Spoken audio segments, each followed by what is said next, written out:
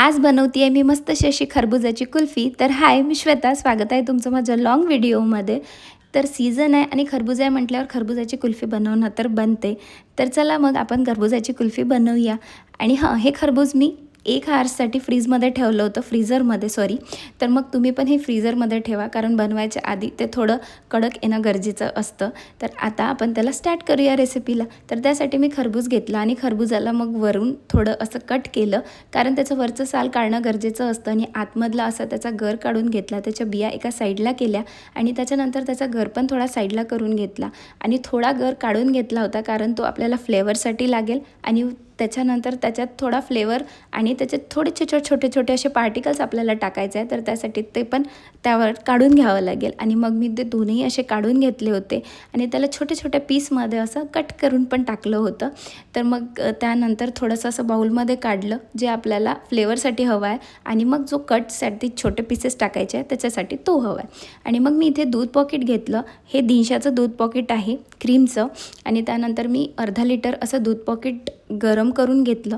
छोट्या खरबुजासाठी अर्धा लिटर दूध हे सफिशियंट आहे। आणि मग मी दूध गरम करायला ठेवलं आणि इकडे मग मी दुसरी प्रोसेस करून घेतली, म्हणजेच आपल्याला बाउलमध्ये थोडंसं दूध घ्यायचं आहे आणि त्यात 2 स्पून असंच कस्टर्ड पावडर ॲड करायचं आहे आणि तो असा व्यवस्थित मिक्स करून घ्यायचा आहे, जेणेकरून तिथे लम्स नको राहायला। मला हा व्हिडिओ माझा फर्स्ट आहे आणि मला नाही माहिती व्हिडिओ कसा शूट करते, काय करते, हा माझा फर्स्ट एक्सपिरियन्स आहे। त्याच्यामुळे जर माझं काही चुकलं असेल तर तुम्ही मला कमेंटमध्ये नक्की सांगा।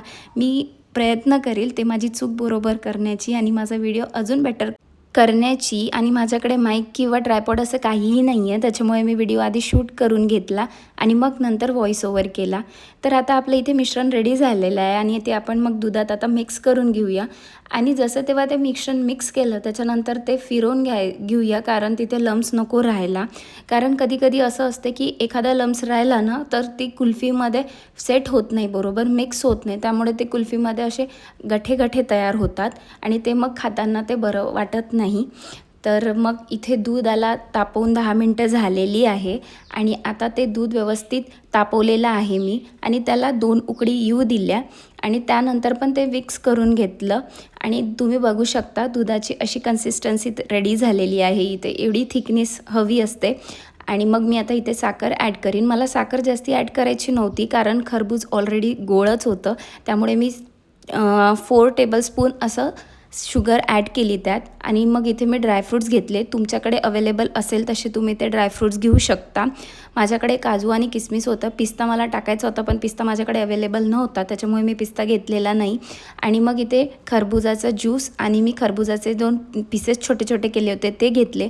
मी ते दूध थंड व्हायसाठी ठेवलं होतं आणि थंड झालेलं आहे, तर त्याच्यामुळे मग मी आता त्याच्यात ते मिश्रण मिक्स केलं आणि मी ड्रायफ्रूट्स पण त्याच्यात मिक्स करून घेतले, टूटी फ्रूटी पण त्यात मिक्स करून घेतली आणि जे छोटे पीसेस केले होते फ्लेवरसाठी ते पण मी त्याच्यात मिक्स करून घेतले।